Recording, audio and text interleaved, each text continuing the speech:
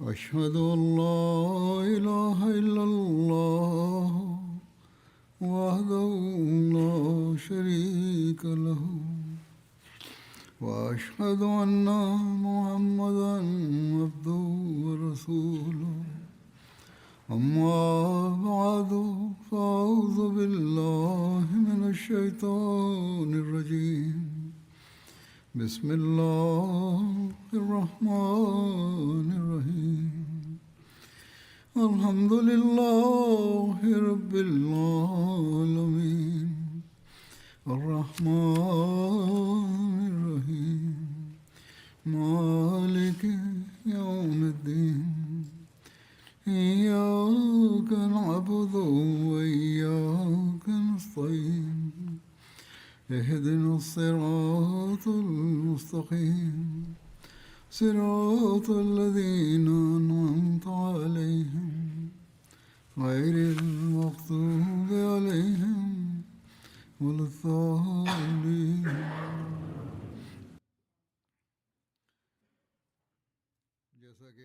കഴിഞ്ഞ ഖുതുബയിൽ തബൂക്ക് യുദ്ധത്തെക്കുറിച്ച് സംക്ഷിപ്തമായി വിവരിച്ചിരുന്നു. അതിനെക്കുറിച്ചുള്ള കൂടുതൽ വിശദാംശങ്ങൾ ഇന്ന് ഞാൻ വിവരിക്കുന്നതാണ്. ഹസ്രത്ത് മുസ്ലിം മൗദ് റളിയല്ലാഹു അൻഹു ഈ യുദ്ധത്തിന്റെ, അതായത് തബൂക്ക് യുദ്ധത്തിന്റെ പശ്ചാത്തലം വിശദീകരിച്ചുകൊണ്ട് ഇപ്രകാരം പറയുന്നു: നബി തിരുമേനി സല്ലല്ലാഹു അലൈഹി വസല്ലം മക്ക കീഴടക്കിയ സമയത്ത് അവിടെ ഖസ്റജ് ഗോത്രക്കാരനായ അബു ആമർ മദ്നി എന്ന ഒരു വ്യക്തി ഉണ്ടായിരുന്നു. ജൂതന്മാരുമായും ക്രിസ്ത്യാനികളുമായും ബന്ധമുണ്ടായിരുന്നതിനാൽ ദിക്റുകളും ദൈവസ്മരണകളും മറ്റു കർമ്മങ്ങളും പതിവാക്കിയിരുന്ന വ്യക്തിയായിരുന്നു അയാൾ. ആളുകൾ അയാളെ അതുകൊണ്ട് തന്നെ റാഹിബ് അഥവാ പാതിരി എന്ന് വിളിച്ചിരുന്നു. എന്നാൽ മതപരമായി ആ വ്യക്തി ക്രിസ്ത്യാനി ആയിരുന്നില്ല. നബി തിരുമേനി സല്ലല്ലാഹു അലൈഹി വസല്ലം മദീനയിൽ എത്തിയ ശേഷം ഈ വ്യക്തി മക്കയിലേക്ക് ഓടിപ്പോയി.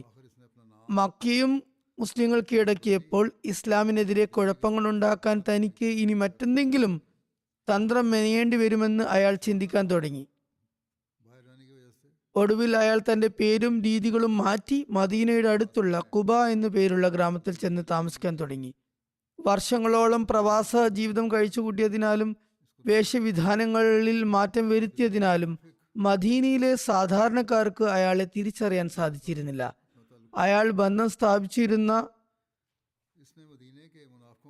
മുനാഫിക്കുകൾക്ക് മാത്രമേ അയാളെ അറിയാമായിരുന്നുള്ളൂ.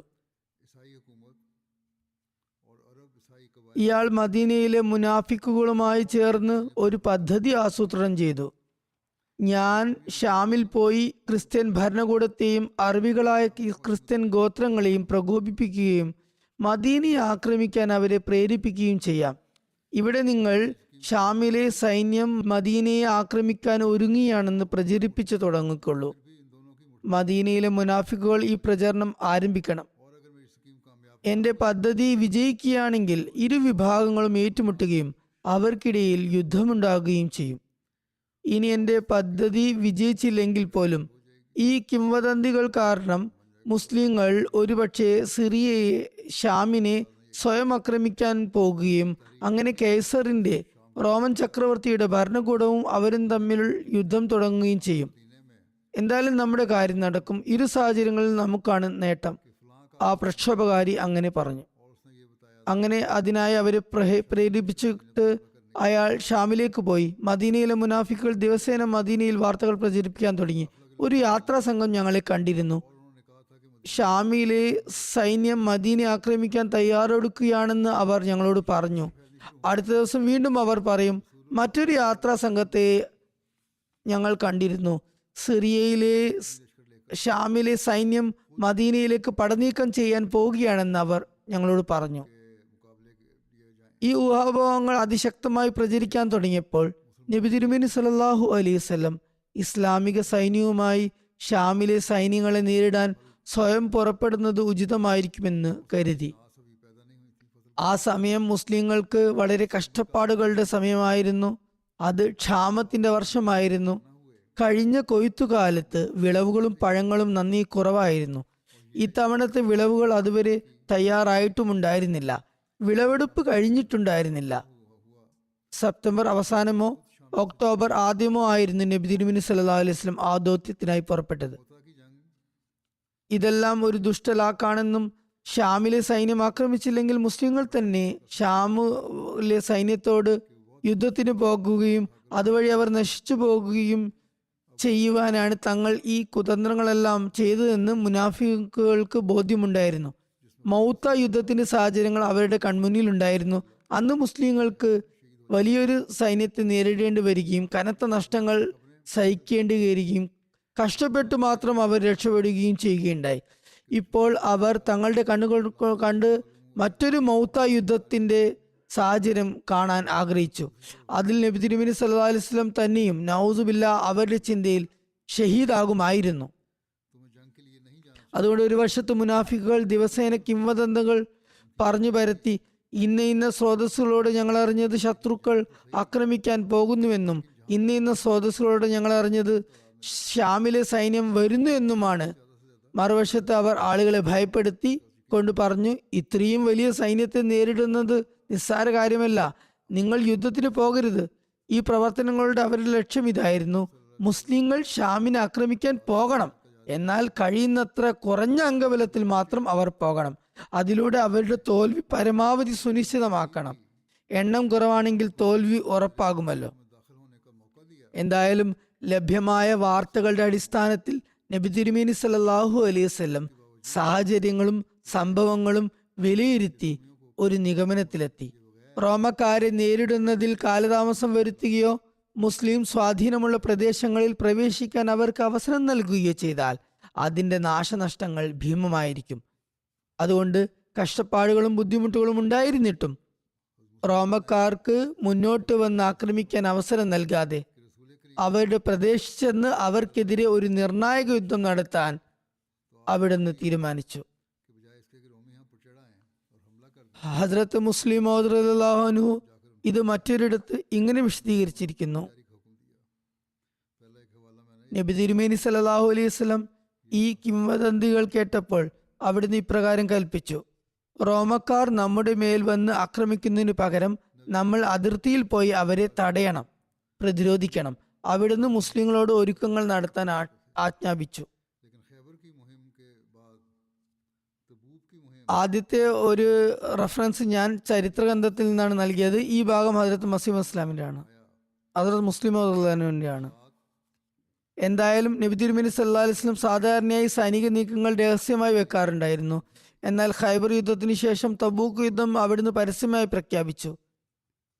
വഴിയിലെ ബുദ്ധിമുട്ടുകളെക്കുറിച്ചും ശത്രുക്കളുടെ ജനബാഹുല്യത്തെക്കുറിച്ചും മുൻകൂട്ടി അറിയിച്ചുകൊണ്ട് അവിടുന്ന് ഒരുങ്ങാൻ വേണ്ടി നിർദ്ദേശിച്ചു. ഇത് ബുഖാരിയിലെ ഒരു റിപ്പോർട്ടിൽ വന്നതാണ്. അതോടൊപ്പം മക്കയിലേക്കും മറ്റ് അറബ് ഗോത്രങ്ങളിലേക്കും അവിടുന്ന് ആളുകളെ അയച്ചുകൊണ്ട് അവരോട് സൈന്യത്തിൽ ചേരാൻ ആവശ്യം ഉന്നയിച്ചു.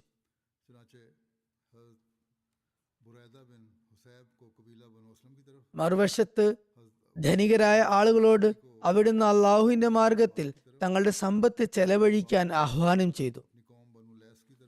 നബി തിരുമേനി സല്ലല്ലാഹു അലൈഹി വസല്ലം വിവിധ ഗോത്രങ്ങളിലേക്ക് യുദ്ധത്തിൽ പങ്കുചേരാനുള്ള സന്ദേശം അയക്കുകയും അതിനായി പ്രതിനിധികളെ അയക്കുകയും ചെയ്തു. നേരത്തെ സൂചിപ്പിച്ചതുപോലെ ഹദരത്ത് ബുറൈദ ബിൻ ഹുസൈബിനെ ബനു അസ്ലം ഗോത്രത്തിലേക്കും ഹസ്രത്ത് അബു റുഹം ഗിഫാരിയെ തന്റെ ഗോത്രമായ ബനു ഗിഫാറിലേക്കും ഹദരത്ത് അബു വാഖിദ് ലൈസിയെ തന്റെ ഗോത്രമായ ലൈസിയിലേക്കും ഹദരത്ത് അബു ജാദ് സുമരിയെ അദ്ദേഹത്തിന്റെ ഗോത്രത്തിലേക്കും അയച്ചു. ഹദരത്ത് റാഫി ബിൻ മുഖൈസിനെ ജുഹൈന ഗോത്രത്തിലേക്കും അതുപോലെ ഹദരത്ത് നുഐം ബിൻ മസ്ഊദിനെ അഷ്ജ ഗോത്രത്തിലേക്കും ബുദൈൽ ബിൻ വറഖയെയും അമ്ര ബിൻ സാലിമിനെയും ബുസ്ർ ബിൻ സുഫ്യാനെയും ബനു കാബ് ബനു അമ്ര ഗോത്രങ്ങളിലേക്കും അയച്ചു. അതുപോലെ അബ്ബാസ് ബിൻ മിർദാസിനെ ബനു സുലൈം ഗോത്രത്തിലേക്കും അയച്ചു. ആ സമയത്ത് മദീനയിൽ കടുത്ത ഭീതിയുടെ അന്തരീക്ഷം തളം കെട്ടിയിരുന്നു. ശക്തനായ ശത്രു ഏത് സമയത്തും ആക്രമിക്കാമെന്നതായിരുന്നു അതിനുള്ള കാരണം. ബുഖാരിയിലെ ഒരു റിപ്പോർട്ട് പ്രകാരം ഹദരത്ത് ഉമർ റളിയല്ലാഹു പറയുന്നു, ഒരു ഖസാനി രാജാവ് ഞങ്ങളോട് യുദ്ധം ചെയ്യാൻ കുതിരകൾക്ക് ലാടം വരെ അടിച്ചു കഴിഞ്ഞിരിക്കുന്നു, അതായത് പൂർണ്ണമായി ഒരുങ്ങിക്കഴിഞ്ഞിരിക്കുന്നു എന്ന് ഞങ്ങൾ പരസ്പരം സംസാരിക്കാറുണ്ടായിരുന്നു. ബുഖാരിയിലെ തന്നെ മറ്റൊരു നിവേദനത്തിൽ ഹദരത്ത് ഉമർ റളിയല്ലാഹുവിന്റെ വിവരണം ഇപ്രകാരമാണ് വന്നിരിക്കുന്നത്: ഞങ്ങൾ ഒരു ഖസാനി രാജാവിനെ ഭയപ്പെട്ടിരുന്നു. അദ്ദേഹം ഞങ്ങളെ ആക്രമിക്കാൻ ഒരുങ്ങുകയാണെന്ന് ഞങ്ങൾക്ക് വിവരം ലഭിച്ചിരുന്നു. ആ അന്തരീക്ഷത്തിൽ ഞങ്ങളുടെ നെഞ്ചുകൾ ഭയം കൊണ്ട് നിറഞ്ഞിരുന്നു. എന്തായാലും ഇത്തരം സാഹചര്യത്തിലും തിരുസ്വഹാബത്തിന്റെ ഒരുക്കങ്ങളുടെയും സാമ്പത്തിക ത്യാഗങ്ങളുടെയും ഈമാൻ സംവർദ്ധകമായ കാഴ്ചകളും പ്രകടമായി. അതിനെക്കുറിച്ചുള്ള വിശദാംശങ്ങളിൽ ഇങ്ങനെ എഴുതിയിരിക്കുന്നു: ഈ ഭയാശങ്കകളോടൊപ്പം ആ സമയത്ത് മദീന കടുത്ത ക്ഷാമം നേരിടുകയായിരുന്നു. വിളവുകളും പഴങ്ങളും വിളഞ്ഞു പാകമാകാൻ തുടങ്ങിയിരുന്നു. ഈ ക്ഷാമത്തിനിടയിൽ ആളുകൾ തങ്ങളുടെ വിളകൾ ശേഖരിക്കുന്നതിന്റെ ചിന്തയിലും ഒരുക്കത്തിലുമായിരുന്നു.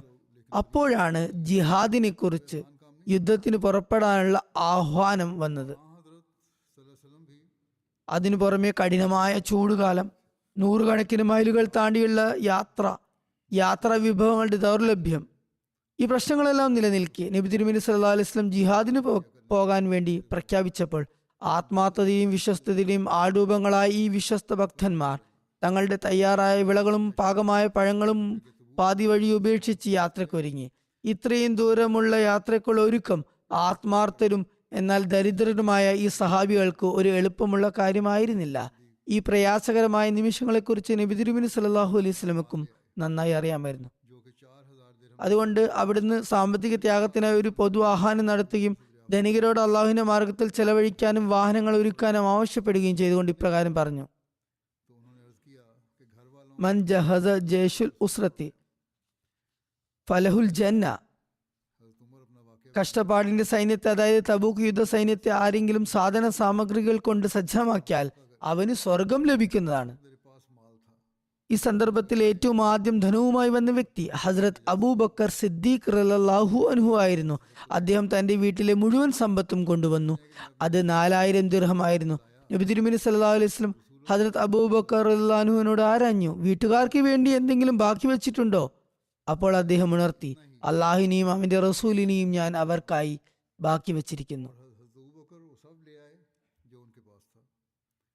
ഒരു നിവേദനത്തിൽ ഹസ്രത്ത് ഉമർ റളിയല്ലാഹു അൻഹു തന്റെ അനുഭവം ഇപ്രകാരം വിവരിക്കുന്നു: നബി തിരുമേനി സല്ലല്ലാഹു അലൈഹി വസല്ലം ഞങ്ങളോട് സദഖ നൽകാൻ കൽപ്പിച്ചു.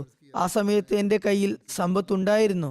ഞാൻ ആത്മകഥം ചെയ്തു, എന്നെങ്കിലും അബൂബക്കറിനെ എനിക്ക് മറികടക്കാൻ കഴിയുമെങ്കിൽ ഇന്നത്തെ ദിവസമാണ് അതിന് ഏറ്റവും പറ്റിയത്. അദ്ദേഹം പറയുന്നു, ഞാൻ എൻ്റെ സമ്പത്തിന്റെ പകുതിയും കൊണ്ടുവന്നു. അപ്പോൾ നബി തിരുമേനി സല്ലല്ലാഹു അലൈഹി വസല്ലം ചോദിച്ചു, നിങ്ങളുടെ വീട്ടുകാർക്കായി നിങ്ങൾ എന്താണ് ബാക്കി വെച്ചിട്ടുള്ളത്? ഞാൻ ഉണർത്തി, ഞാൻ കൊണ്ടുവന്ന അത്രയും തന്നെ വീട്ടുകാർക്കും ബാക്കി വെച്ചിട്ടുണ്ട്. എന്നാൽ ഹദരത്ത് അബൂബക്കർ റളിയല്ലാഹു അൻഹു തന്റെ കൈവശമുള്ളതെല്ലാം കൊണ്ടുവന്നിരുന്നു. അപ്പോൾ നബി തിരുമേനി സല്ലല്ലാഹു അലൈഹി വസല്ലം ഹദരത്ത് ഉമർ റളിയല്ലാഹുവിന്റെ മുന്നിൽ വെച്ച് ചോദിച്ചു, അല്ലയോ അബൂബക്കർ, താങ്കളുടെ വീട്ടുകാർക്കായി താങ്കൾ എന്താണ് അവശേഷിപ്പിച്ചിട്ടുള്ളത്? അദ്ദേഹം ഉണർത്തി, അള്ളാഹുവിനെയും അവന്റെ റസൂലിനെയും ഞാൻ അവർക്കായി ബാക്കി വെച്ചു വന്നിരിക്കുന്നു. ഹദരത്ത് ഉമർ റളിയല്ലാഹു അൻഹു പറയുന്നു, അള്ളാഹു ആണ്, ഒരവസ്ഥയിലും അദ്ദേഹത്തെ മറികടക്കാൻ എനിക്ക് സാധിക്കുകയില്ല എന്ന് എനിക്ക് ബോധ്യമായി. ഈ സംഭവം ഹദരത്ത് മുസ്ലിം മൗഊദ് റളിയല്ലാഹു അൻഹു തന്റെ വാക്കുകളിൽ ഇപ്രകാരം വിവരിച്ചിട്ടുണ്ട്. ഒരു യുദ്ധ സന്ദർഭവുമായി ബന്ധപ്പെട്ട് ഹദരത്ത് ഉമർ റളിയല്ലാഹു അൻഹു പറയുന്നു, ഹദരത്ത് അബൂബക്കർ റളിയല്ലാഹു അൻഹു എല്ലായ്പ്പോഴും എന്നെ കവച്ചു വയ്ക്കുമായിരുന്നു, മറികടക്കുമായിരുന്നു. ഇന്ന് ഞാൻ അദ്ദേഹത്തെ മറികടക്കുമെന്ന് ഞാൻ ചിന്തിച്ചു.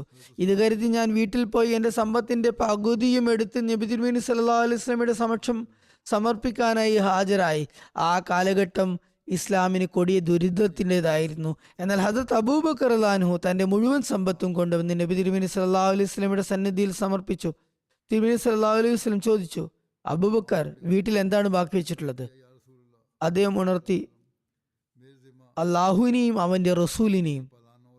ഹസ്രത്ത് ഉമർ റളിയല്ലാഹു അൻഹു പറയുന്നു, ഇത് കേട്ടപ്പോൾ എനിക്ക് വളരെ ലജ്ജ തോന്നി. ഇന്ന് ഞാൻ എൻ്റെ സർവശക്തിയും ഉപയോഗിച്ച് അബൂബക്കറിനെ മറികടക്കാൻ ആഗ്രഹിച്ചു, എന്നാൽ ഇന്നും അബൂബക്കർ എന്നെ മറികടന്നു എന്ന് ഞാൻ മനസ്സിലാക്കി.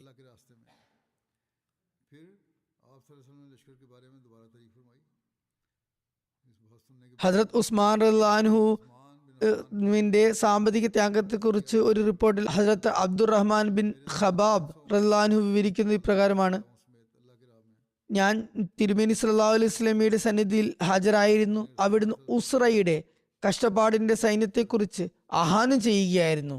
അപ്പോൾ ഹസ്രത്ത് ഉസ്മാൻ ബിൻ അഫ്ഫാൻ റളിയല്ലാഹു എഴുന്നേറ്റ് നിന്ന് ഉണർത്തി, അള്ളാഹുവിന്റെ ദൂതരെ, അള്ളാഹുവിന്റെ മാർഗത്തിൽ 100 ഒട്ടകങ്ങൾ, അവയുടെ പല്ലക്കുകളും ജീനിപ്പലകകളും അടക്കം എന്റെ വക. വീണ്ടും നബി തിരുമേനി സല്ലല്ലാഹു അലൈഹി വസല്ലം സൈന്യത്തെക്കുറിച്ച് ആഹ്വാനം ചെയ്തു. അപ്പോൾ ഹസ്രത്ത് ഉസ്മാൻ ബിൻ അഫ്ഫാൻ റളിയല്ലാഹു രണ്ടാമതും എഴുന്നേറ്റ് നിന്ന് ഉണർത്തി, യാ റസൂലല്ലാഹ്, അള്ളാഹുവിന്റെ മാർഗത്തിൽ 200 ഒട്ടകങ്ങൾ, അവയുടെ പല്ലക്കുകളും ജീനിപ്പലകളും അടക്കം സർവസജ്ജമായി എന്റെ വക. അത് കേട്ടതിനു ശേഷം നബി തിരുമേനി സല്ലല്ലാഹു അലൈഹി വസല്ലം സൈന്യത്തെക്കുറിച്ച് വീണ്ടും ആഹ്വാനം ചെയ്തു. അപ്പോൾ ഹസ്രത്ത് ഉസ്മാൻ ബിൻ അഫ്ഫാൻ റളിയല്ലാഹു എഴുന്നേറ്റ് നിന്ന് വീണ്ടും ഉണർത്തി, യാ റസൂലല്ലാഹ്, അള്ളാഹുവിന്റെ മാർഗത്തിൽ 300 ഒട്ടകങ്ങൾ, അവയുടെ പല്ലക്കുകളും ജീനിപ്പലകളും അടക്കം സർവസജ്ജമായി എന്റെ വക. ഞാൻ തിരുമേനി സല്ലല്ലാഹു അലൈഹി വസല്ലം മിമ്പറിൽ നിന്ന്, പ്രസംഗ പീഠത്തിൽ നിന്ന് ഇറങ്ങുന്നത് കണ്ടു. അവിടുന്ന് ഇപ്രകാരം പറയുന്നുണ്ടായിരുന്നു: മാ അല ഉസ്മാന മാ ആമില ബാദ ഹാസി, മാ അല ഉസ്മാന മാ ആമില ബാദ ഹാസി. ഇതിനുശേഷം എന്ത് പ്രവർത്തിച്ചാലും അതിന്റെ പേരിൽ അദ്ദേഹത്തിന്മേൽ, ഉസ്മാനുമേൽ യാതൊരു പിടുത്തവുമില്ല, ശിക്ഷയുമില്ല. ഇതിനുശേഷം ഉസ്മാൻ എന്ത് പ്രവർത്തിച്ചാലും അതിന്റെ പേരിൽ അദ്ദേഹത്തിന്റെ മേൽ യാതൊരു പിടുത്തവുമില്ല. മറ്റൊരു നിവേദനത്തിൽ ഹസ്രത്ത് അബ്ദുറഹ്മാൻ ബിൻ സംറ റളിയല്ലാഹു അൻഹു പറയുന്നു, ഹസ്രത്ത് ഉസ്മാൻ റളിയല്ലാഹു അൻഹു ജയ്ഷുൽ ഉസ്രത്തിനെ, തബൂക്ക് സൈന്യത്തെ ഒരുക്കുന്ന വേളയിൽ 1000 ദീനാർ നബി തിരുമേനി സല്ലല്ലാഹു അലൈഹി വസല്ലമയുടെ സന്നിധിയിൽ സമർപ്പിച്ചു. അദ്ദേഹം ജയ്ഷുൽ ഉസ്രത്തിനെ സജ്ജമാക്കുകയും ആ സംഖ്യ അവിടുത്തെ മടിയിൽ വെച്ച് കൊടുക്കുകയും ചെയ്തപ്പോൾ ഹസ്രത്ത് അബ്ദുറഹ്മാൻ റളിയല്ലാഹു അൻഹു പറയുന്നു, തിരുമേനി സല്ലല്ലാഹു അലൈഹി വസല്ലം ആ ദീനാറുകൾ തന്റെ മടിയിൽ വെച്ച് തിരിക്കുകയും മറിക്കുകയും ചെയ്തുകൊണ്ട് ഇപ്രകാരം പറയുന്നതായി ഞാൻ കണ്ടു: മാ ദർറ ഉസ്മാനു മാ അമില ബാദൽ യൗം. ഇന്നത്തെ ദിവസത്തിന് ശേഷം ഹസ്രത്ത് ഉസ്മാൻ എന്ത് പ്രവർത്തിച്ചാലും അതൊന്നും അദ്ദേഹത്തിന് ദോഷം വരുത്തുകയില്ല. അവിടുന്ന് ഇത് 2 തവണ ആവർത്തിച്ചു.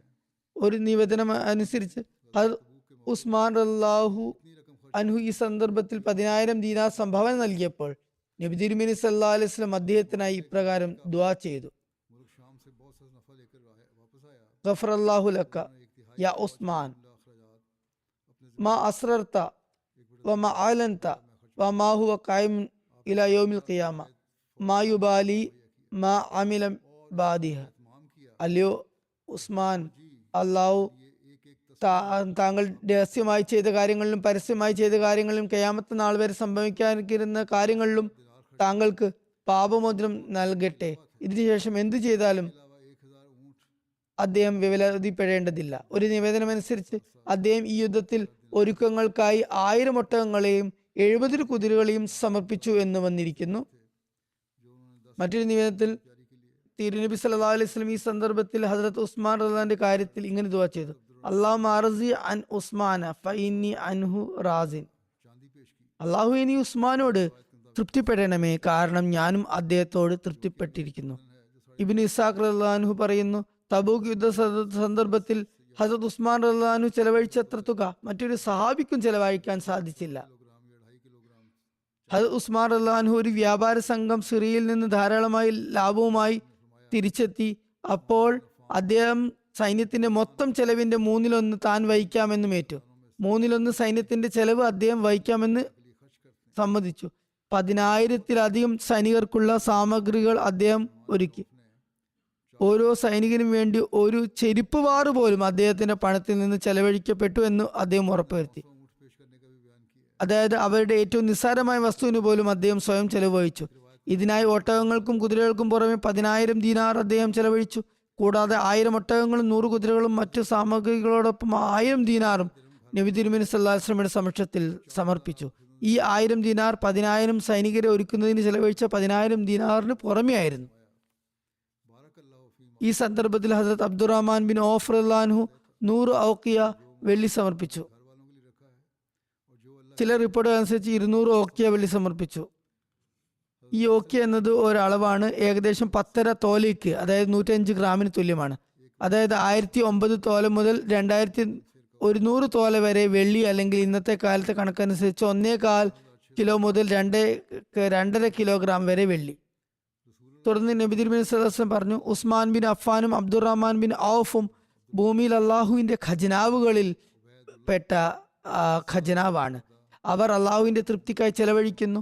ഇരുവരും ധാരാളം സമ്പത്ത് നൽകി. ഒരു നിവേദനത്തിൽ ഹസരത്ത് അബ്ദുറഹ്മാൻ ബിൻ ഔഫ് റളിയല്ലാഹു 400 ഓക്കിയ സ്വർണം സമർപ്പിച്ചു എന്നും, അതായത് 4200 തോല സ്വർണം സമർപ്പിച്ചു എന്നും പറയുന്നു. ചിലർ 900 ഒട്ടകങ്ങൾ സമർപ്പിച്ചതായും പറഞ്ഞിട്ടുണ്ട്. എന്തായാലും ധാരാളം ത്യാഗങ്ങളെക്കുറിച്ചുള്ള വിവരണമാണിത്. ഒരു നിവേദനം അനുസരിച്ച് ഹദരത്ത് അബ്ദുറഹ്മാൻ ബിൻ ഔഫ് റളിയല്ലാഹു തിരുനബി സല്ലല്ലാഹു അലൈഹി വസല്ലമയുടെ സവിധത്തിൽ ഹാജരായി ഉണർത്തി, എന്റെ കൈവശം 8000 ദിർഹമുണ്ട്. 4000 ദിർഹം ഞാൻ വീട്ടുകാർക്കായി വെച്ചിട്ടുണ്ട്.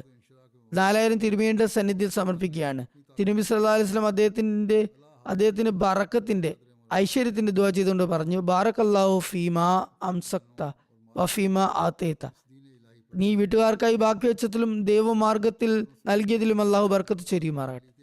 ഹദരത്ത് ആസിം ബിൻ അദി റളിയല്ലാഹു അൻഹു 70 വസ്ക് ഈത്തപ്പഴം സമർപ്പിച്ചു. ഒരു വസ്ക് 60 സാ ആണ്. ഒരു സാ ഏകദേശം 3 സേറിന് തുല്യമാണ്. അതായത് മൊത്തം ഏകദേശം 12600 കിലോഗ്രാം ഈത്തപ്പഴം. തിരുനബി സല്ലല്ലാഹു അലൈഹി വസല്ലമയുടെ സന്നിധിയിൽ ധനം കൊണ്ടുവന്നവരിൽ ഹസരത്ത് അബ്ബാസ് ബിൻ അബ്ദുൽ മുത്തലിബ് റളിയല്ലാഹു അൻഹു, ഹസരത്ത് വൽഹ ബിൻ ഉബൈദുല്ല റളിയല്ലാഹു അൻഹു, ഹസരത്ത് സാദ് ബിൻ ഉബാദ റളിയല്ലാഹു അൻഹു, ഹസരത്ത് മുഹമ്മദ് ബിൻ മസ്ലമ റളിയല്ലാഹു അൻഹു എന്നിവരുടെ പേരുകളും കാണാം.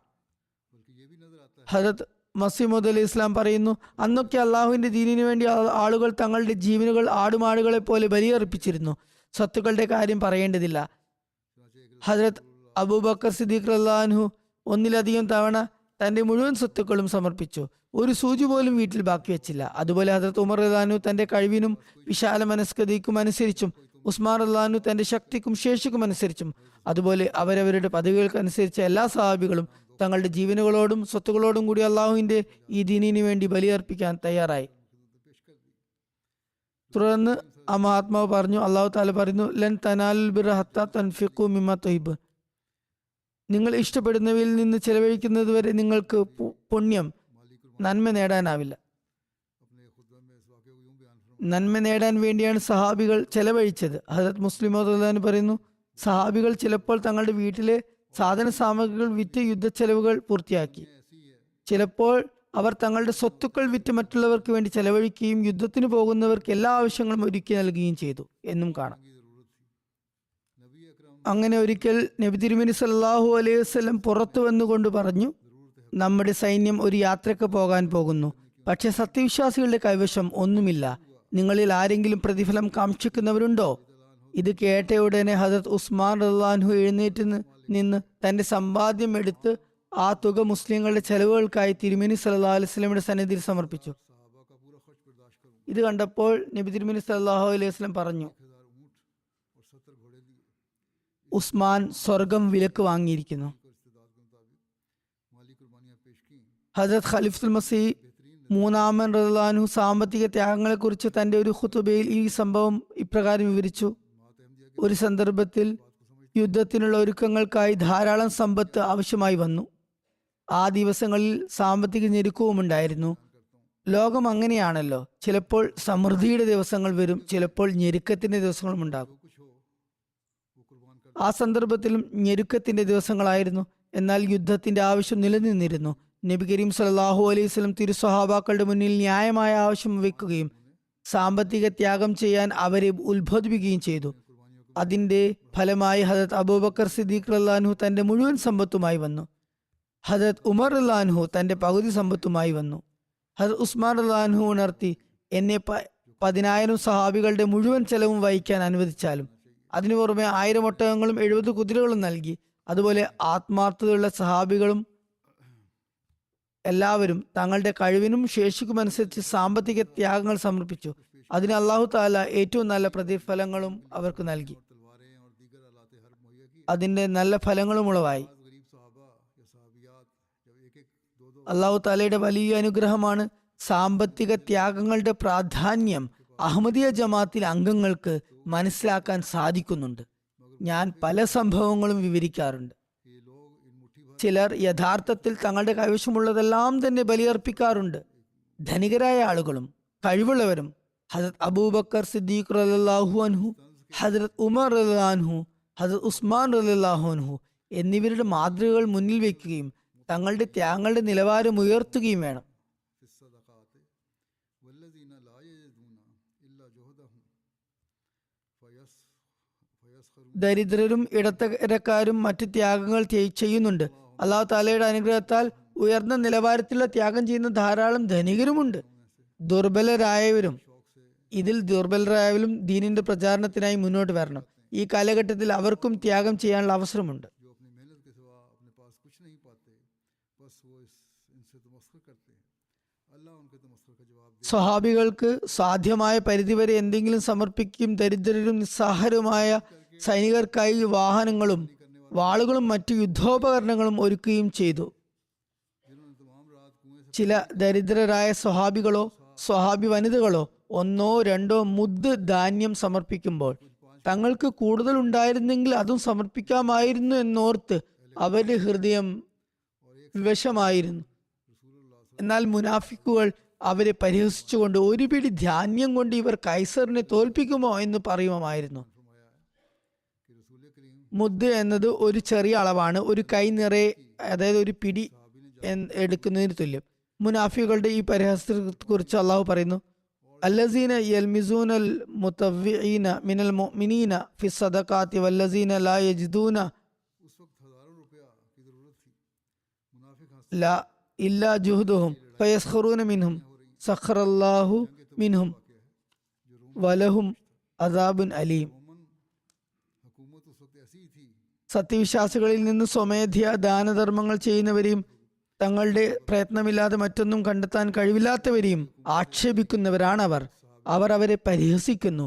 അള്ളാഹു അവരുടെ പരിഹാസത്തിന് മറുപടി നൽകുന്നതാണ്. दिए मुनाफिक उस पर हंसते थे. അവർക്ക് വേദനയേറെ ശിക്ഷയുണ്ട്. रसूल करीम सल्लल्लाहु अलैहि वसल्लम को जब इसका इल्म हुआ तो आपने फरमाया അധ്വാനിച്ച് സാമ്പത്തിക ത്യാഗം ചെയ്തവരിൽ ഹദരത്ത് അബു അഖീലും റളിയല്ലാഹു അൻഹു ഉണ്ടായിരുന്നു.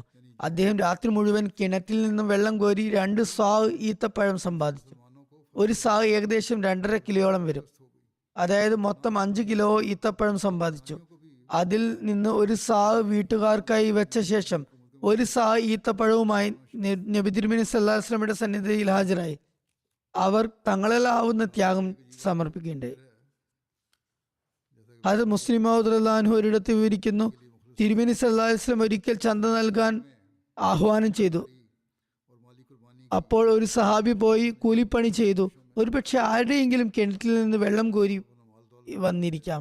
അതിനു പകരമായി 1/2 സേർ, 1/4 കിലോ അല്ലെങ്കിൽ 3/4 സേർ ധാന്യം അദ്ദേഹത്തിന് ലഭിച്ചു കാണും. അതുകൊണ്ടുവന്ന് അദ്ദേഹം ചന്തയിൽ കൊടുത്തു. ആ സമയത്ത് ആയിരക്കണക്കിന് രൂപയുടെ ആവശ്യമുണ്ടായിരുന്നു. മുനാഫിക്കുകൾ ചിരിച്ചുകൊണ്ട് പറഞ്ഞു, ഇതാണ് യുദ്ധത്തിനുള്ള ഒരുക്കം നടക്കുന്നത്. ഇത് തബൂക്ക് യുദ്ധത്തിന്റെ സംഭവമാണ്. റോമക്കാരെയാണ് അന്ന് നേരിടേണ്ടിയിരുന്നത്. അന്ന് റോമൻ ഭരണകൂടം ഇന്നത്തെ ഇംഗ്ലീഷ് ഭരണകൂടം പോലെ പ്രബലമായിരുന്നു. ഹദരത്ത് മുസ്ലിം റളിയല്ലാഹു ഇത് പറഞ്ഞ കാലത്ത് ഇംഗ്ലീഷുകാരുടെ ഭരണമായിരുന്നു ലോകത്ത്. അത്രയും വലിയ ഭരണകൂടവുമായിട്ടുള്ള യുദ്ധത്തിനായിരുന്നു ഈ സഹാബി ഏതാനും പിടി യവം അഥവാ ബാർലി കൊണ്ടുവന്ന് നൽകിയത്. മുനാഫിക്കുകൾ ഇതിനെ പരിഹസിച്ചു. എന്നാൽ നബി തിരുമേനി സല്ലല്ലാഹു അലൈഹി വസല്ലം ഇതറിഞ്ഞപ്പോൾ പറഞ്ഞു, ദൈവത്തിന്റെ ദൃഷ്ടിയിൽ ഈ യവത്തിന് എന്ത് വിലയാണുള്ളതെന്ന് അവർക്ക് എന്തറിയാം. ഈ യവമായിരുന്നു മുസ്ലിങ്ങൾക്ക് വിജയം നേടിക്കൊടുത്തത്. റോമക്കാരെ മാത്രമല്ല, റോമൻ ഭരണത്തിന് തുല്യമായിരുന്ന പേർഷ്യൻ ഭരണത്തെയും മുസ്ലിങ്ങൾ പരാജയപ്പെടുത്തി. ഒരു സ്വഹാബിയുടെ വിചിത്രകരമായ ഒരു സംഭവം വിവരിക്കപ്പെടുന്നുണ്ട്. ഈ യുദ്ധത്തിന്റെ ഒരുക്കങ്ങൾക്കായി ആത്മാർത്ഥതയുള്ള സഹാബികൾ ഏതെങ്കിലും വിധേന യാത്രയുടെ ഒരുക്കങ്ങളിലും സാമ്പത്തിക ത്യാഗത്തിനുള്ള ഈ ആഹ്വാനത്തിലും പങ്കുചേരാൻ സ്വന്തം നിലക്ക് ശ്രമിച്ചുകൊണ്ടേയിരുന്നു. ധനികരായവർ തങ്ങളുടെ സമ്പത്തും ഐശ്വര്യവും സമർപ്പിച്ചു. ദരിദ്രരും നിരാലംബരുമായ സ്വഹാബികൾ കൂലിപ്പണി ചെയ്ത് കിട്ടുന്ന ചെറിയ കൂലി പോലും സമർപ്പിച്ചു. ഈ സാഹചര്യത്തിൽ ഹസ്രത്ത് ഉർവ ബിൻ സെയ്ദിന്റെ റളിയല്ലാഹു അൻഹു ഒരു വിവരണം കാണാം. അദ്ദേഹം അള്ളാഹുവിന്റെ തൃപ്തി കരസ്ഥമാക്കുന്നതിനായി മറ്റെല്ലാവരിൽ നിന്നും വ്യത്യസ്തവും ആത്മാർത്ഥതയുമുള്ളതായ ഒരു നിഷ്കളങ്കമായ രീതി അവലംബിച്ചു. അദ്ദേഹം പരമദരിദ്രനും ആ ആത്മാർത്ഥതയുള്ള ആളുമായിരുന്നു. സമർപ്പിക്കാൻ കൈവശം ഒന്നും തന്നെ ഉണ്ടായിരുന്നില്ല. ജിഹാദിൽ പങ്കെടുക്കാൻ ശക്തിയുമുണ്ടായിരുന്നില്ല. എന്നാൽ അദ്ദേഹം ഒരു രാത്രി നമസ്കാരത്തിന് എഴുന്നേറ്റ് നിന്നുകൊണ്ട് കരഞ്ഞുകൊണ്ട് ദുആ ചെയ്തു, അള്ളാഹുവെ, നീ ജിഹാദ് ചെയ്യാൻ കൽപ്പിച്ചിരുന്നു, അതിന് പ്രോത്സാഹനം നൽകിയിരിക്കുന്നു. എന്നാൽ എൻ്റെ കൈവശം ഒന്നുമില്ല. ഞാൻ പോയി യുദ്ധം ചെയ്യാനായി നിന്റെ റസൂൽ സല്ലല്ലാഹു അലൈഹി വസല്ലമയുടെ അടുത്ത് എനിക്ക് നൽകാൻ മാത്രം സാധന സാമഗ്രികളുമില്ല. നിന്റെ നബി കരീം സല്ലല്ലാഹു അലൈഹി വസല്ലം സാമ്പത്തിക ത്യാഗത്തിന് ആഹ്വാനം ചെയ്തിരിക്കുന്നു, എന്നാൽ എനിക്ക് അതിൽ പങ്കുചേരാനും സാധിക്കുന്നില്ല. എങ്കിലും എൻ്റെ ജീവനും സ്വത്തിനും അഭിമാനത്തിനും മേലുണ്ടാകുന്ന എല്ലാ ആക്രമണങ്ങളും അതിക്രമങ്ങളും ഞാൻ മാപ്പ് നൽകുകയും അത് മുസ്ലിങ്ങൾക്ക് സദഖയായി ദാനധർമ്മമായി നൽകുകയും ചെയ്യുന്നു. നേരം പുലർന്നപ്പോൾ അദ്ദേഹം മറ്റ് സ്വഹാബികളോടൊപ്പം നബി കരീം സല്ലല്ലാഹു അലൈഹി വസല്ലമയുടെ സന്നിധിയിൽ ഹാജരായി. തിരുമേനി സല്ലല്ലാഹു അലൈഹി വസല്ലം ചോദിച്ചു, ഇന്നലെ രാത്രി തന്റെ അഭിമാനം സദഖ ചെയ്ത ആൾ എവിടെ? ആരും എഴുന്നേറ്റില്ല. അവിടുന്ന് വീണ്ടും ചോദിച്ചു, എന്നിട്ടും ആരും എഴുന്നേറ്റില്ല. ഒടുവിൽ ഹസ്രത്ത് ഉർവ റളിയല്ലാഹു അൻഹു എഴുന്നേറ്റ് നിന്ന് എല്ലാ കാര്യങ്ങളും നബി തിരുമേനി സല്ലല്ലാഹു അലൈഹി വസല്ലമയെ ബോധിപ്പിച്ചു. അവിടുന്ന് പറഞ്ഞു, അബ്ശിർ ഹുവല്ലസി നഫ്സി ബിയദിഹി ലഖദ് കതബ്ത ഫി സക്കാത്തിൽ മുതഖബ്ബില. സന്തോഷിച്ചുകൊള്ളുക, എന്റെ ആത്മാവ് ആരുടെ കയ്യിലാണോ അവനെ കൊണ്ട് സത്യം, സദഖ സ്വീകരിക്കപ്പെട്ടവരുടെ കൂട്ടത്തിൽ താങ്കളും ഉൾപ്പെട്ടിരിക്കുന്നു. എത്ര മനോഹരവും അദ്വിതീയവുമായ ആത്മാർത്ഥതയുടെയും ത്യാഗത്തിന്റെയും വികാരമാണിത്. ഹൃദയങ്ങൾ അറിയുന്ന അല്ലാഹു തആല, ഈ അവസ്ഥകളെല്ലാം അറിയുന്നവൻ, അദ്ദേഹത്തിന്റെ ഈ വികാരം സ്വീകരിക്കുകയും അതിന്റെ വിവരം നബി തിരുമേനി സല്ലല്ലാഹു അലൈഹി വസല്ലമയെ അറിയിക്കുകയും ചെയ്തു. ഈ സന്ദർഭത്തിൽ സ്ത്രീകളും ഒട്ടും പിന്നിലായിരുന്നില്ല. അവർ ഈ യുദ്ധത്തിൽ ഒരുക്കങ്ങൾക്കായി തങ്ങളുടെ ആഭരണങ്ങൾ സമർപ്പിച്ചു. ഹദരത്ത് ഉമ്മു സിനാൻ അസ്ലമിയ റളിയല്ലാഹു അൻഹ പറയുന്നു, ഹദരത്ത് ആയിഷ റളിയല്ലാഹു അൻഹയുടെ വീട്ടിൽ തിരുമേനി സല്ലല്ലാഹു അലൈഹി വസല്ലമയുടെ മുന്നിൽ വിരിച്ച ഒരു തുണിയിൽ സുഗന്ധദ്രവ്യങ്ങൾ, തളകൾ, വളകൾ, കമ്മലുകൾ, മോതിരങ്ങൾ, പാദസരങ്ങൾ എന്നിവ ഉണ്ടായിരുന്നു. ഇവയെല്ലാം മുസ്ലിങ്ങളുടെ ജിഹാദിന്റെ ഒരുക്കങ്ങൾക്കായി സ്ത്രീകൾ സംഭാവന ചെയ്തതായിരുന്നു. എന്തായാലും ഒരു വശത്ത് ആത്മാർത്ഥതയുള്ളവരുടെയും സത്യവിശ്വാസികളുടെയും അവസ്ഥ ഇതായിരുന്നെങ്കിൽ, മറുവശത്ത് മുനാഫിക്കുകളും തങ്ങളുടെ എല്ലാ ശക്തിയും ഉപയോഗിച്ചു. ഒരു ഭാഗത്ത് മുനാഫിക്കുകളുടെ ഭാഗത്തു നിന്നുള്ള അവസാനത്തെ കുതന്ത്രവും ഗൂഢാലോചനയുമായിരുന്നു ഇത്. മുനാഫിക്കുകൾക്ക് തങ്ങളുടെ വിജയത്തിൽ പൂർണ്ണ വിശ്വാസവും ഉണ്ടായിരുന്നു. മുസ്ലിങ്ങൾ ഷാമിലേക്കുള്ള ഈ ദീർഘയാത്രക്ക് പുറപ്പെടുക തന്നെ ചെയ്യുമെന്നും നഊദുബില്ലാഹ് നബി തിരുമേനി സല്ലല്ലാഹു അലൈഹി വസല്ലം മദീനയിൽ തിരിച്ചെത്തില്ലെന്നും ഉള്ള ഒരു സാത്താനികമായ വിശ്വാസത്തിൽ അവർ ഉറച്ചു നിന്നു. അതിനാൽ അവരുടെ മുഴുവൻ ശ്രമവും മുസ്ലിങ്ങൾ കഴിയുന്നത്ര കുറഞ്ഞ എണ്ണത്തിൽ നബി തിരുമേനി സല്ലല്ലാഹു അലൈഹി വസല്ലമയോടൊപ്പം അംഗപ്പുറപ്പാട് നടത്തണമെന്നായിരുന്നു. അവരുടെ ചിന്തയനുസരിച്ച് സൈന്യത്തിൽ മുസ്ലിങ്ങളുടെ എണ്ണം എത്ര കുറയുന്നോ അത്രയും ചെറിയ സൈന്യമായിരിക്കും. ആ സൈന്യത്തിന്റെ പരാജയവും നാശവും ഉറപ്പുമായിരിക്കും. അതുകൊണ്ട് നിലവിലുള്ള സാഹചര്യങ്ങളുടെ ഞെരുക്കങ്ങളുടെയും യാത്രയുടെ പ്രയാസങ്ങളെയും ബുദ്ധിമുട്ടുകളെയും അവർ പെരുപ്പിച്ചു കാട്ടാൻ തുടങ്ങി. അവർ മുസ്ലിങ്ങളെ ഭയപ്പെടുത്തിക്കൊണ്ടിരുന്നു. വിവിധ ഒഴികഴിവുകൾ പറഞ്ഞ് യുദ്ധത്തിൽ ചേരാതിരിക്കാൻ അവരെ പ്രേരിപ്പിച്ചു. കഠിനമായ ചൂടാണ്, യാത്ര വളരെ ദൂരമുള്ളതാണ്, യാത്രാ സൗകര്യങ്ങൾ നന്നേ പരിമിതമാണ് എന്നൊക്കെ അവർ പറഞ്ഞു. മദീനയിലെ ജനസംഖ്യയുടെ ഭൂരിഭാഗവും കൃഷിക്കാരായിരുന്നു. അവരുടെ വിളവുകൾ കൊയ്ത്തിന് തയ്യാറായി നിൽക്കുകയായിരുന്നു. ഈ വിളവുകൾ ക്ഷാമകാലത്താണ് തയ്യാറായി കൊണ്ടിരുന്നതും. പിന്നെ അവർ മദീനയിൽ പലയിടത്തും മുസ്ലിങ്ങളോട് സംസാരിച്ചു. ഇപ്പോൾ നിങ്ങൾ നേരിടാൻ പോകുന്ന സൈന്യം എത്ര ശക്തരും യുദ്ധക്കൊതിയരുമാണെന്ന് നിങ്ങൾക്കറിയില്ല. അവരുമായി യുദ്ധം ചെയ്യുന്നത് എളുപ്പമുള്ള കാര്യമല്ല. ഞങ്ങൾ നിങ്ങളെയെല്ലാം കാണുന്നത് ഒന്നുകിൽ കൊല്ലപ്പെട്ടവരായിട്ടോ അല്ലെങ്കിൽ അവരുടെ എല്ലാം തടവുകാരോ ആയിട്ടാണ്. മുനാഫികൾ ഇങ്ങനെ പറയാറുണ്ടായിരുന്നു. മുനാഫികളുടെ ഈ പ്രോപ്പഗണ്ട ഉയർന്ന നിലവാരത്തിലുള്ള ആത്മാർത്ഥതയുള്ള സത്യവിശ്വാസികളിൽ യാതൊരു സ്വാധീനവും പ്രഭാവം ചെലുത്തിയില്ലെങ്കിലും ചില ദുർബല വിശ്വാസികളായവരുടെ ഹൃദയങ്ങൾ ഭയചകിതമാകുകയും അവർ യുദ്ധത്തിന് പോകാതിരിക്കാൻ വിവിധ ഒഴികഴിവുകൾ നിരത്താൻ തുടങ്ങുകയും ചെയ്തു. എന്നിരുന്നാലും ഇത്തരം ഒഴികഴിവുകൾ പറഞ്ഞവരിൽ അധികവും മുനാഫികൾ തന്നെയായിരുന്നു.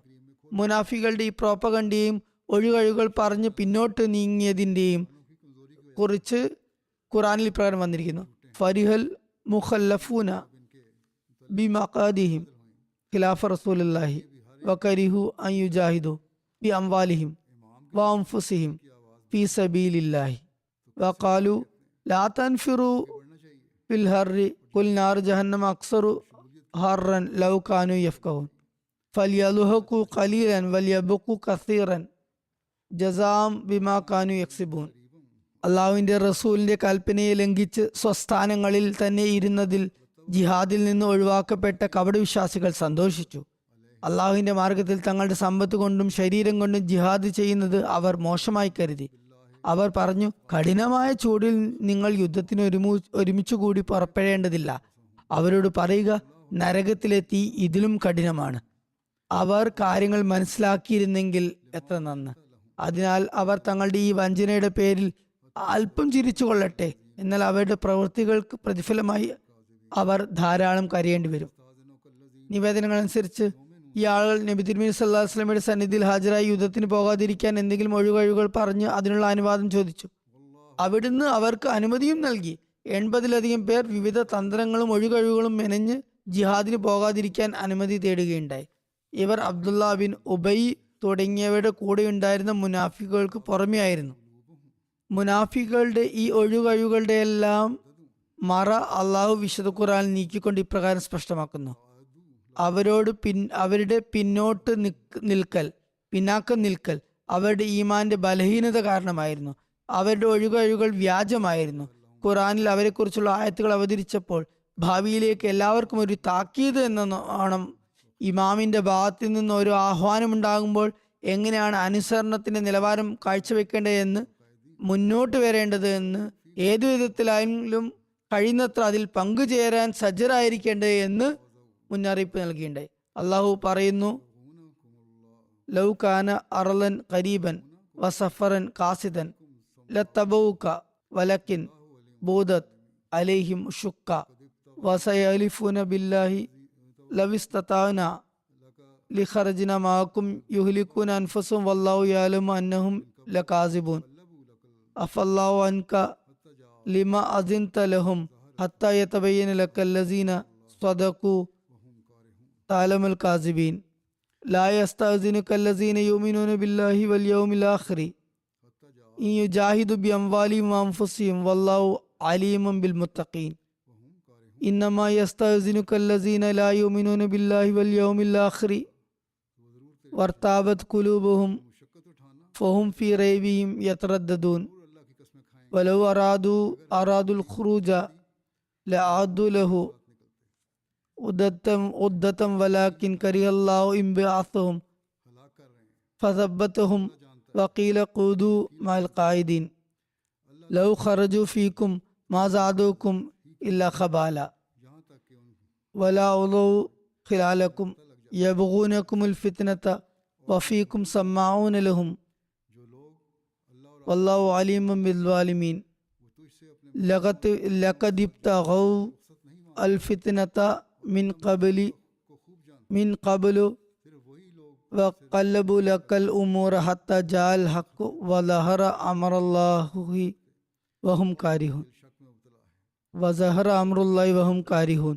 അകലം കുറവും യാത്ര എളുപ്പമുള്ളതുമായിരുന്നെങ്കിൽ അവർ തീർച്ചയായും നിന്റെ പിന്നാലെ വരുമായിരുന്നു. പക്ഷെ അവരെ സംബന്ധിച്ചിടത്തോളം ക്ലേശം അനുഭവിക്കുക അസഹനീയമാണ്. ഞങ്ങൾക്ക് സാധിച്ചിരുന്നെങ്കിൽ ഞങ്ങൾ തീർച്ചയായും നിങ്ങളുടെ കൂടെ പുറപ്പെടുമായിരുന്നു എന്ന് പറഞ്ഞ് അവർ ഉറപ്പായും അള്ളാഹുവിൽ സത്യം ചെയ്യും, ആണയിടും. അവർ തങ്ങളെ തന്നെ നശിപ്പിക്കുകയാണ്. അവർ കളവ് പറയുന്നവരാണെന്ന് അള്ളാഹുവിനെ നന്നായി അറിയാം. അള്ളാഹു താങ്കൾക്ക് മാപ്പ് നൽകട്ടെ. സത്യം പറഞ്ഞവർ ആരെന്ന് താങ്കൾക്ക് വ്യക്തമാകാനും കളവ് പറഞ്ഞവരെ തിരിച്ചറിയാനും കഴിയുന്നതുവരെ എന്തിനാണ് താങ്കൾ അവർക്ക് അനുവാദം നൽകിയത്? അള്ളാഹുലും അന്ത്യദിനത്തിലും വിശ്വസിക്കുന്നവർ തങ്ങളുടെ സമ്പത്ത് കൊണ്ടും ശരീരം കൊണ്ടും ജിഹാദ് ചെയ്യുന്നതിൽ നിന്ന് താങ്കളോട് ഇളവ് ചോദിക്കില്ല. അള്ളാഹു സൂക്ഷ്മത പാലിക്കുന്നവരെ നന്നായി അറിയുന്നവരാണ്. അള്ളാഹുവിലും അന്ത്യദിനത്തിലും വിശ്വസിക്കാത്തവരും ഹൃദയങ്ങളിൽ സംശയമുള്ളവരുമാണ് നിന്നോട് ഇളവ് ചോദിക്കുന്നത്. അവർ തങ്ങളുടെ സംശയത്തിൽ അലഞ്ഞു തിരിയുകയാണ്. അവർ യുദ്ധത്തിന് പുറപ്പെടാൻ ഉദ്ദേശിച്ചിരുന്നെങ്കിൽ അതിനുള്ള ഒരുക്കങ്ങൾ ചെയ്യുമായിരുന്നു. എന്നാൽ അവർ ഈ മഹത്തായ ഉദ്ദേശത്തിനായി പുറപ്പെടുന്നത് അള്ളാഹു ഇഷ്ടപ്പെട്ടില്ല. അതിനാൽ അവൻ അവരെ ഉള്ളെടുത്ത് തന്നെ നിർത്തി, വെറുതെ ഇരിക്കുന്നവരോടൊപ്പം നിങ്ങൾ ഇരുന്നു കൊള്ളുക എന്ന് അവരോട് പറയപ്പെട്ടു. അവർ നിങ്ങളുടെ കൂട്ടത്തിൽ പുറപ്പെട്ടിരുന്നെങ്കിൽ കുഴപ്പങ്ങളല്ലാതെ മറ്റൊന്നും വർദ്ധിപ്പിക്കില്ലായിരുന്നു. നിങ്ങൾക്കിടയിൽ കുഴപ്പമുണ്ടാക്കാൻ വേണ്ടി അവർ തിരക്കിട്ടോടുമായിരുന്നു. അവരുടെ സംസാരം ശ്രദ്ധിക്കുന്ന ആളുകൾ നിങ്ങളുടെ കൂട്ടത്തിലുമുണ്ട്. അള്ളാഹു അക്രമികളെ നന്നായി അറിയുന്നവനാണ്. തീർച്ചയായും ഇതിനു മുമ്പും അവർ കുഴപ്പങ്ങൾ ഉണ്ടാക്കാൻ ശ്രമിക്കുകയും താങ്കളുടെ മുന്നിൽ കാര്യങ്ങൾ തലകീഴായി അവതരിപ്പിക്കുകയും ചെയ്തിട്ടുണ്ട്. അങ്ങനെ സത്യം വന്നെത്തുകയും അള്ളാഹുവിന്റെ വിധി പ്രകടമാവുകയും ചെയ്തു. അവരത് വെറുത്തിരുന്നെങ്കിലും. അങ്ങനെ അള്ളാഹു താല ഈ ആയത്തുകളിൽ മുനാഫിക്കുകളുടെ അവസ്ഥ തുറന്നു കാണിക്കുകയും നബി തിരുമേനി സല്ലല്ലാഹു അലൈഹി വസല്ലമയോട് താങ്കൾ അവരുടെ പൊള്ളയായ ഒഴികഴിവുകൾ സ്വീകരിക്കാതിരിക്കുകയും അനുവാദം നൽകാതിരിക്കുകയും ചെയ്തിരുന്നെങ്കിൽ അവരുടെ കപടത എല്ലാവർക്കും മുന്നിൽ വെളിപ്പെട്ടേനെ എന്ന് പറയുകയും ചെയ്തു. എന്തായാലും യുദ്ധത്തിന് അവർ പോകുമായിരുന്നില്ല. എന്നിരുന്നാലും അള്ളാഹു താല പറയുന്നു, അവർ പോകാതിരുന്നത് തന്നെയാണ് നല്ലതും.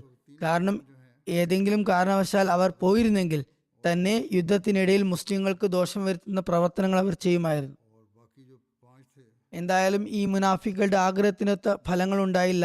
ഇതിന്റെ ബാക്കി വിശദാംശങ്ങൾ ഇൻഷാ അല്ലാഹ് അടുത്ത ഖുത്ബയിൽ വിവരിക്കുന്നതാണ്. കഴിഞ്ഞ ഖുത്ബയിൽ ഞാൻ റബയിലെ മസ്ജിദിലുണ്ടായ ആക്രമണത്തെക്കുറിച്ച് സൂചിപ്പിച്ചിരുന്നു. മുറിവേറ്റ അഹമ്മദികളായ ഖുദ്ദാമികൾക്ക് വേണ്ടി ദുആ ചെയ്യുക. അള്ളാഹു എല്ലാവർക്കും പൂർണ്ണ ആരോഗ്യവും സൗഖ്യങ്ങൾ നൽകുമാറാകട്ടെ. എല്ലാ സങ്കീർണതകളിൽ നിന്നും അള്ളാഹു അവരെ രക്ഷിക്കുമാറാകട്ടെ. ഇത്തരം സംഭവങ്ങൾ ഉണ്ടാകുമ്പോൾ പിന്നീട് ചിലപ്പോൾ അതിന്റെ പ്രത്യാഘാതങ്ങൾ ഉണ്ടാവാറുണ്ട്. ഇപ്പോൾ 3 ഖുദ്ദാമുകൾക്ക് ഗുരുതരമായി പരിക്കേറ്റിട്ടുണ്ട്. അതിനാൽ അവർ ഇപ്പോഴും ആശുപത്രിയിൽ അഡ്മിറ്റ് തന്നെയാണ്. ബാക്കിയുള്ള 5 പേരെ ചികിത്സ നൽകി വീട്ടിലേക്ക് അയച്ചിട്ടുണ്ടെങ്കിലും അവരുടെ മുറിവുകൾ ഉണങ്ങാൻ കാലതാമസമുണ്ട്.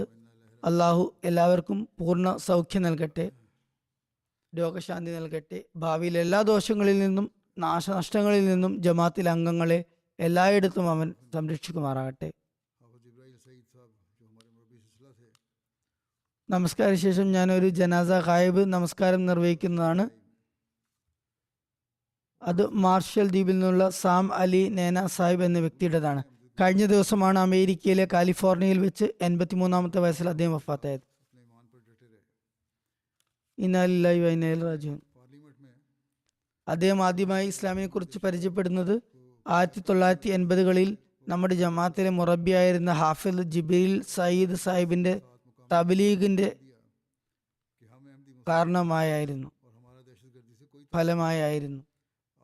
ആ സമയം അദ്ദേഹം ഇസ്ലാം സ്വീകരിച്ചു, അഹമ്മദിയത്ത് സ്വീകരിച്ചു.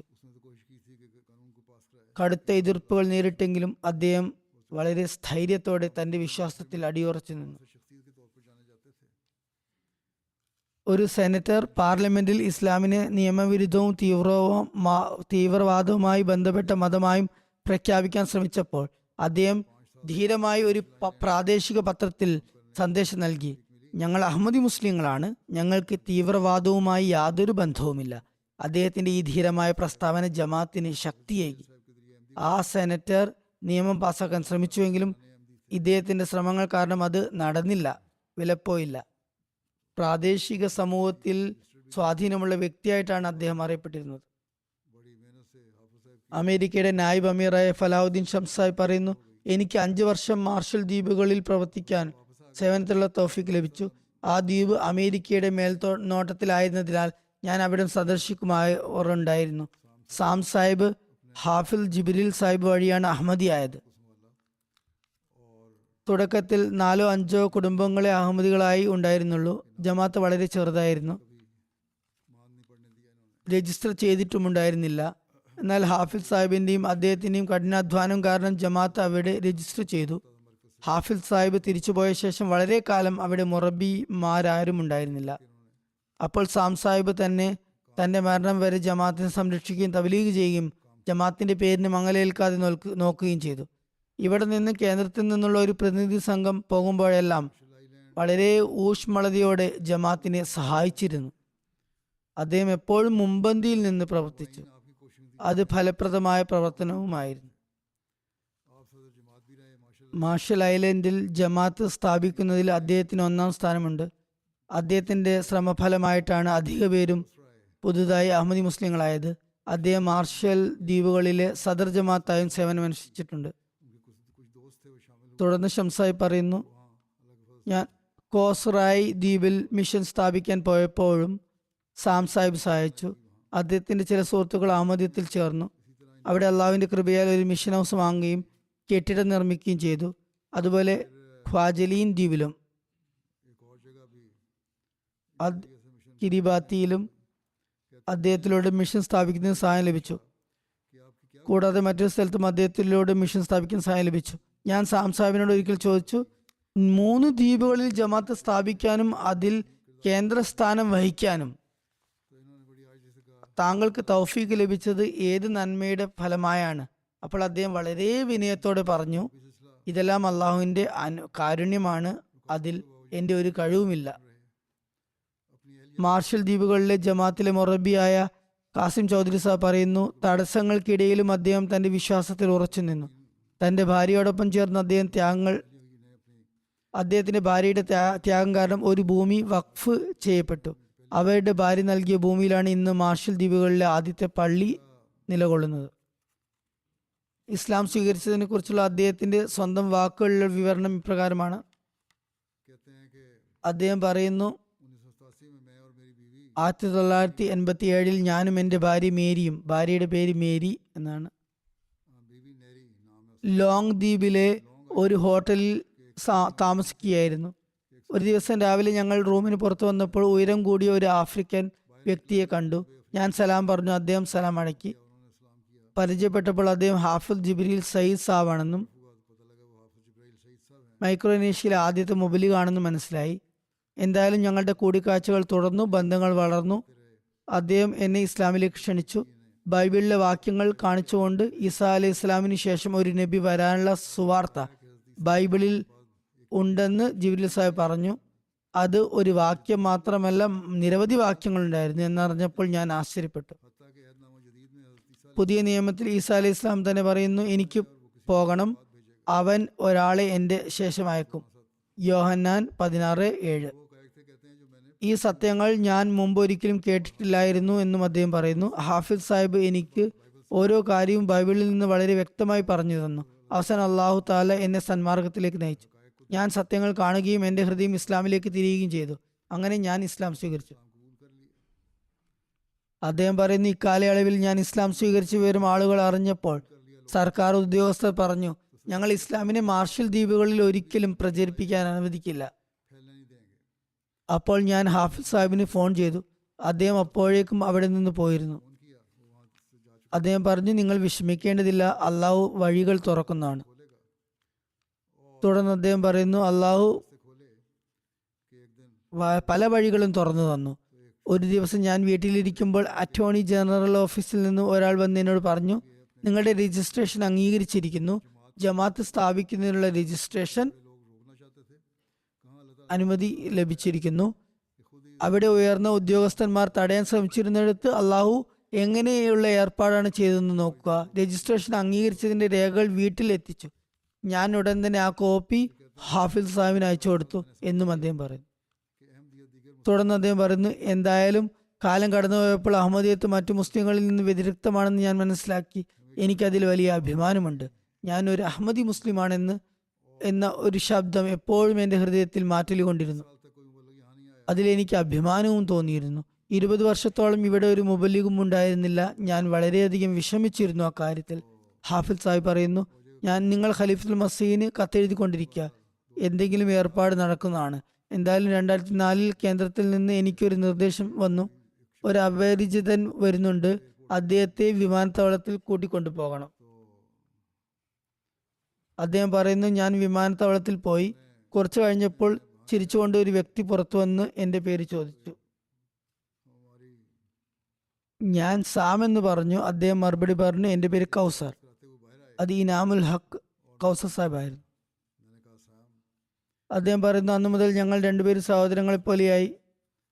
ഞങ്ങൾ ഒരുമിച്ച് കോസറായി, പോംബിയൈ എന്നീ ദ്വീപുകളിലേക്ക് യാത്ര ചെയ്തു. അവിടെ ഒരാഴ്ച താമസിച്ചു. ഞങ്ങൾ പിരിഞ്ഞപ്പോൾ വളരെ കാലമായി പരസ്പരം അറിയുന്നവരെ പോലെയായിരുന്നു ഞങ്ങളുടെ ബന്ധം. ഇതായിരുന്നു ഇസ്ലാമിക സഹോദര്യം. അള്ളാഹിന്റെ കൃപയാൽ മുസ്ലിമായ ശേഷം എൻ്റെ ഹൃദയത്തിന് ശാന്തതയും ആത്മാവിന് സമാധാനം ലഭിച്ചു. നമസ്കാരം എന്നെ അടിമുടി മാറ്റി. എൻ്റെ ഭാര്യയും എന്നിൽ ഈ മാറ്റം കണ്ടറിഞ്ഞു. അതിനുശേഷം എപ്പോഴെങ്കിലും എനിക്ക് എന്തെങ്കിലും ആവശ്യം വന്നാൽ ഞാൻ അള്ളാഹുവിനോട് ചോദിക്കും. അള്ളാഹു ഉടൻ തന്നെ അത് നിറവേറ്റി തരികയും ചെയ്യും. എൻ്റെ കണ്ണുകൊണ്ട് ഞാൻ ആ സഹായം പലതവണ കണ്ടിട്ടുണ്ട്. എല്ലാ ദുആയിലും ഞാൻ അള്ളാഹുവിന് നന്ദി പറഞ്ഞിട്ടുമുണ്ട്.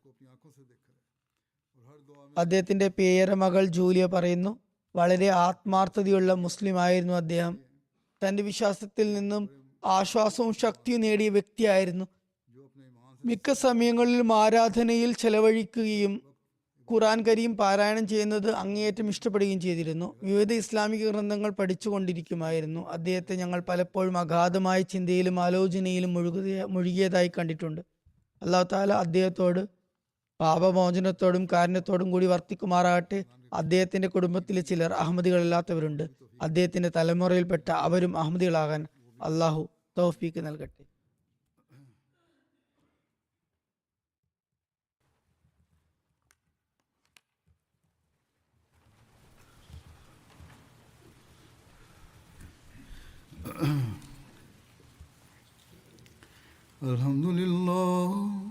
Alhamdulillah nahmaduhu wa nasta'inuhu wa nastaghfiruhu wa nu'minu bihi wa natawakkalu alayhi wa na'udhu billahi min shururi anfusina wa min sayyiati a'malina.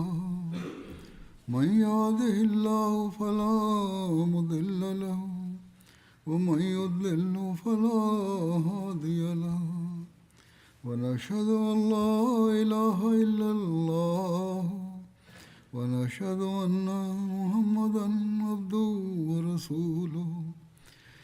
عباد الله رحمكم الله إن الله يأمر بالعدل والإحسان وإيتاء ذي القربى وينهى عن الفحشاء والمنكر والبغي يعظكم لعلكم تذكرون. اذكروا الله يذكركم وادعوه يستجب لكم ولذكر الله أكبر.